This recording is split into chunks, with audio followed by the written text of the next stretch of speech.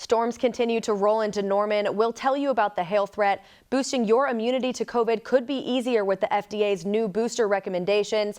And OU's homecoming activities bring a little sunshine to a gloomy week. This is OU Nightly.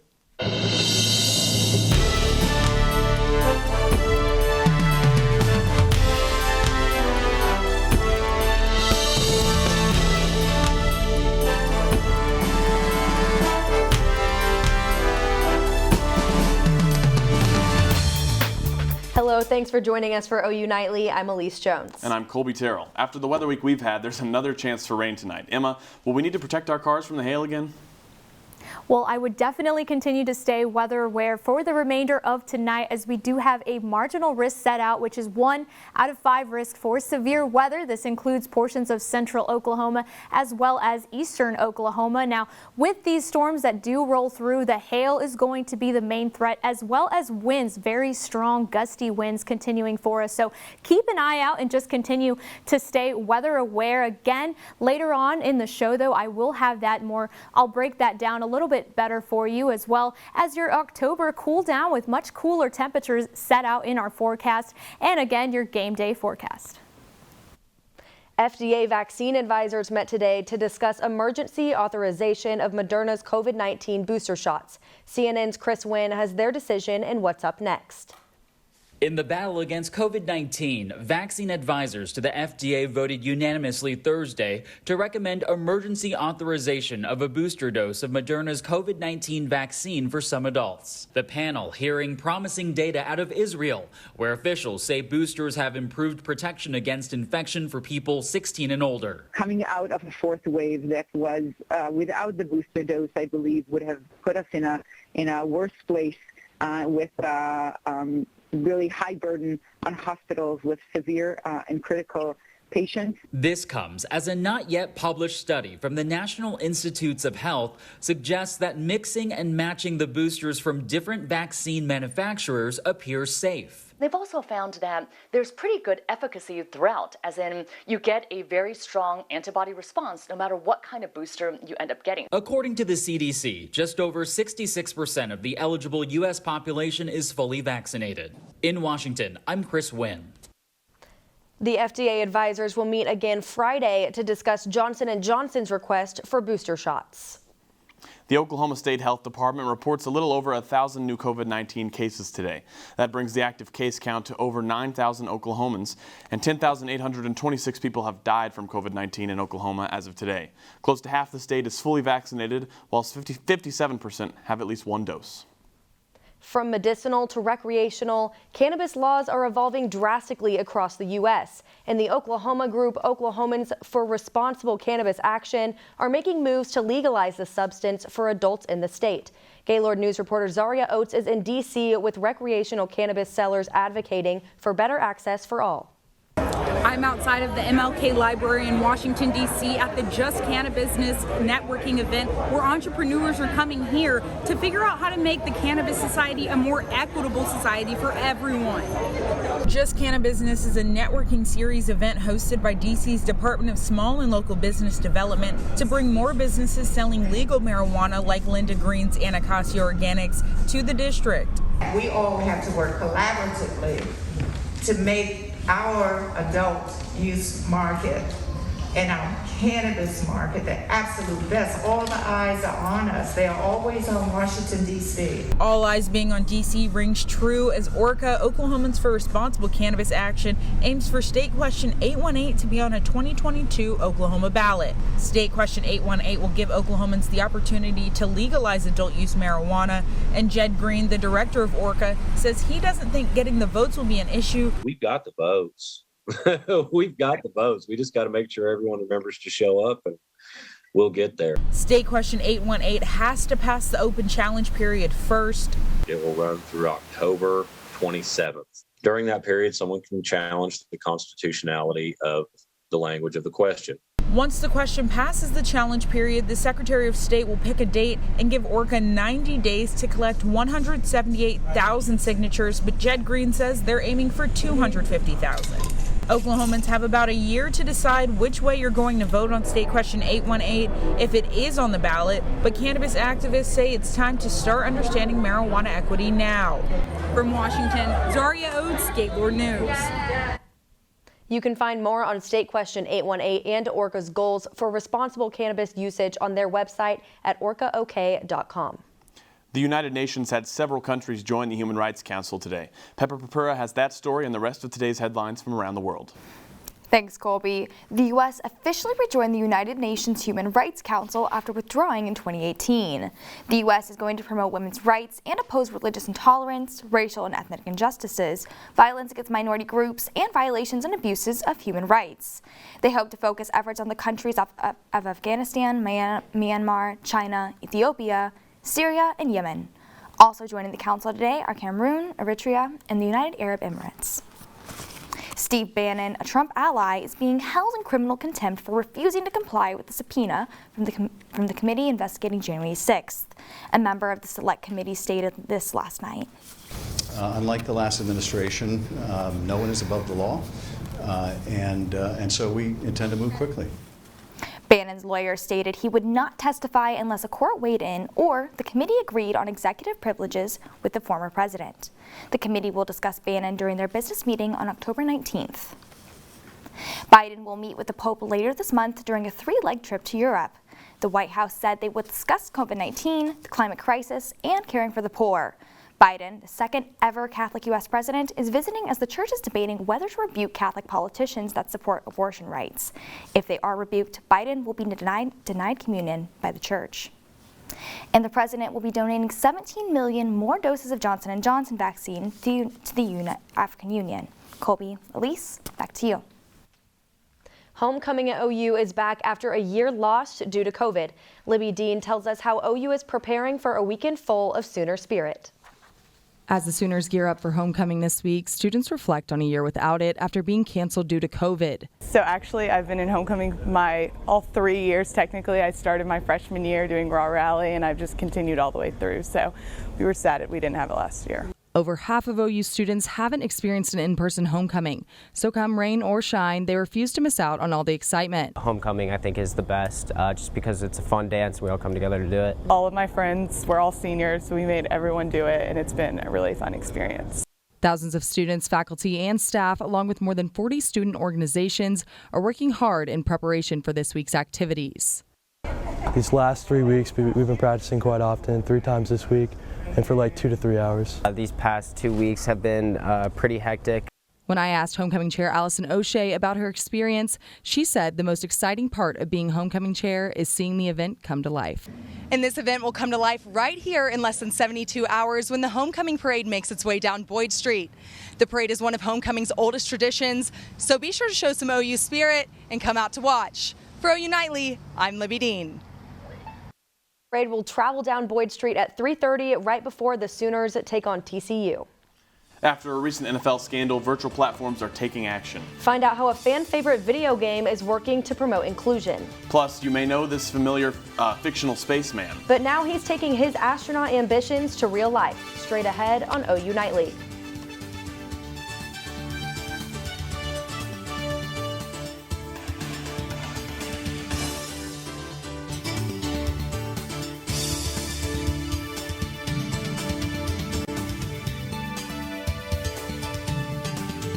An NFL coach is being removed from a popular video game.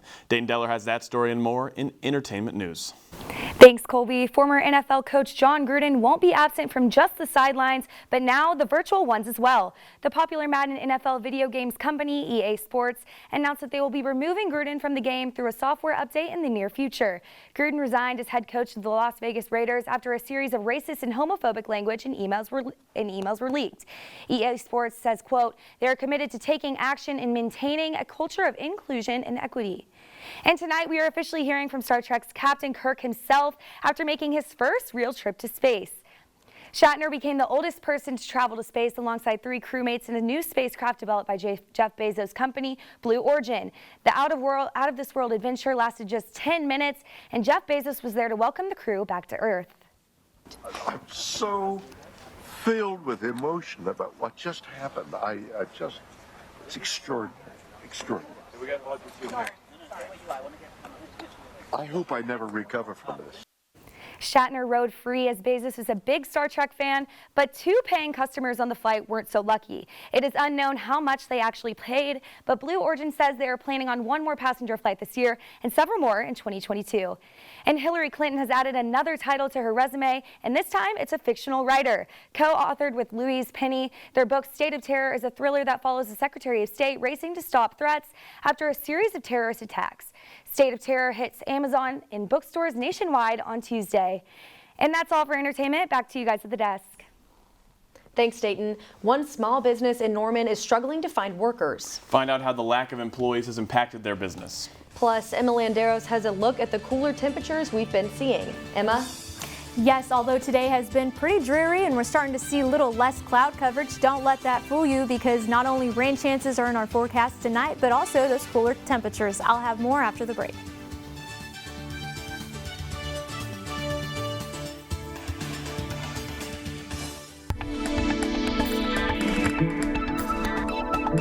Nightly. So far today, most of us woke up to some of that drizzle and a few more cloud coverages, but now as you can see outside our skyline cam, most of that cloud coverage has now started to move out, giving us mostly sunny conditions, temperatures in those low 70s, so it's definitely starting to feel a little bit more like fall with some nice south winds coming out of the south at 15 miles per hour. Current temperatures overall, though, we're still in those mid to low 70s. Guyman already feeling more like 60s, and then we do have Ida Bell all the way at 80. So definitely lots of rain across the state, but all of the rain that we've had the past few days for all you allergy sufferers out there like myself, we have definitely had a very nice day today. All that rain really took that out. All of this is now at low. So that is good news there. And so far the past 7 days, we have seen quite a bit of rainfall pretty much across the state, over 3 inches here in Norman, and continuing to see more rain in our forecast tonight, as again we do have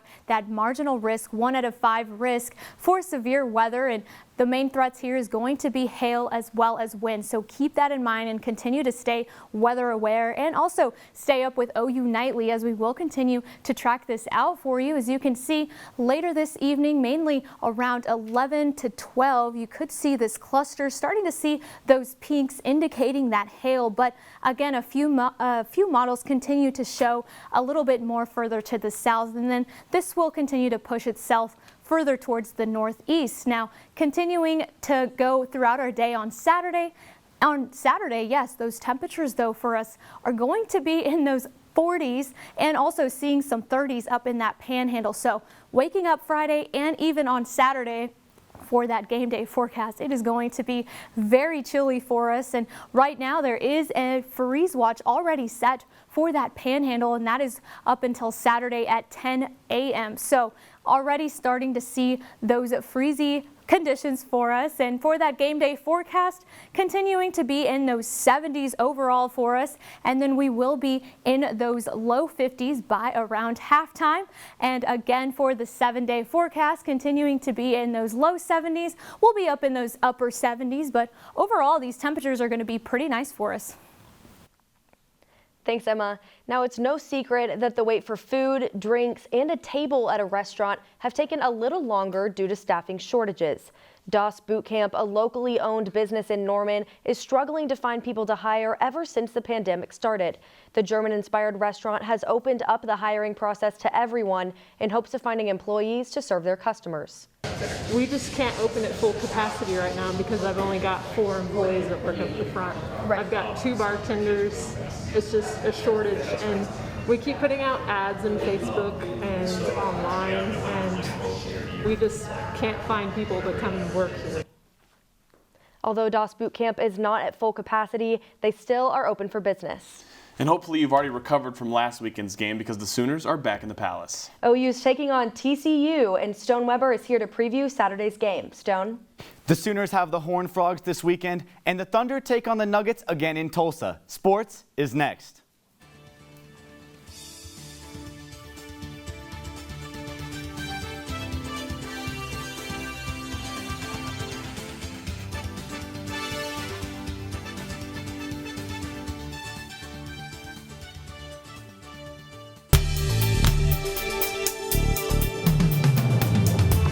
I'm Stone Weber, and it is time for your sports. The Oklahoma Sooners take on the TCU Horned Frogs this weekend at Gaylord Family Oklahoma Memorial Stadium. It's no secret the Sooners are facing a QB controversy, as many fans want Caleb Williams to start after his historic comeback against the Longhorns. But Coach Lincoln Riley still hasn't announced a starter for Saturday. Riley canceled media availability for the rest of the week, but seems to like number 7. It's not easy for a young guy. I mean, this guy gets painted a different way publicly than what he really is, and he's a great kid. He's worked his tail off here. He's been a really good player here. I have a ton of trust in him, and so he's doing well. Thursday Night Football has its best matchup of the season so far as the Super Bowl champion Tampa Bay Buccaneers take on Jalen Hurts and the Philadelphia Eagles. Buccaneers quarterback Tom Brady comes into this game leading the NFL in passing attempts, completions, and yards. Kickoff is set for 7:20 p.m. on Fox. The Thunder are back in action for their 4th and final preseason game tonight as they take on the Denver Nuggets in Tulsa. The Thunder beat the Nuggets last night 108-99 with guard Darius Baisley leading the way with 16 points and 8 rebounds, shooting a perfect 4 for 4 from the field. Tip-off is set for 7 p.m. Switching over to the biggest story in the NBA right now, the Nets announced earlier this week they will not take part-time participation from any players, this being targeted at guard Kyrie Irving. For each game Irving misses, he will lose approximately $380,000. Irving had a response through Instagram Live Wednesday night. You can do against that. To who you are and making the choice for you was best. Everybody has their own family. Everybody has their own tribe. Everybody has their own issues or traumas that they're dealing with, trying to heal from, and I'm just trying to support as best I can. TNT premiered their brand new NHL on TNT show last night, and they had a special guest help kick it off. Charles Barkley and Wayne Gretzky squared off in a 5-shot shootout, with Gretzky scoring 4 out of 5 goals. And with that goalie stance, I certainly like my odds to score a couple goals on the Hall of Famer. Back to you guys at the desk. Thanks, Stone. More strong storms on the way tonight. We've got one less check on the weather when OU Nightly continues.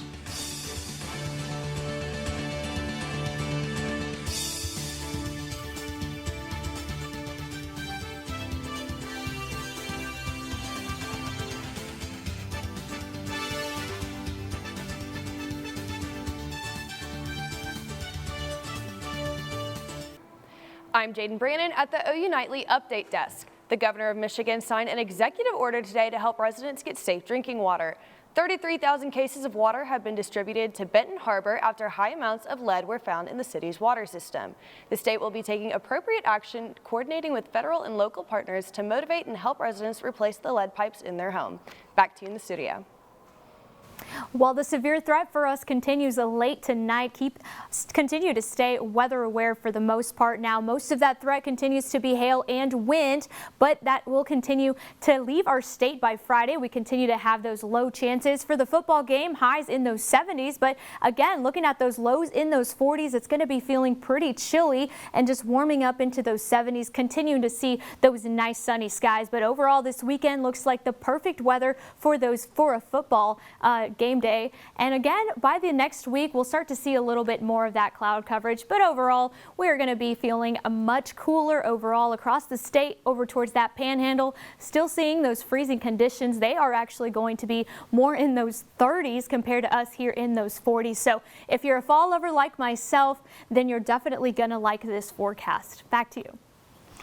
Thanks, Emma. I'm excited for a game that's finally not so hot. Yeah, and sweater weather's on its way. It's all I can ask for. We've been saying this for weeks, and it's finally here. Yeah, last week's game, at the Cotton Bowl, you can't tell it now, hopefully on camera, but I'm still recovering from a burn. Me too. It was definitely a hot one, and I'm definitely ready for the cooler weather and for football to be back again. I love when we play TCU. I'm from Fort Worth, so it's always fun.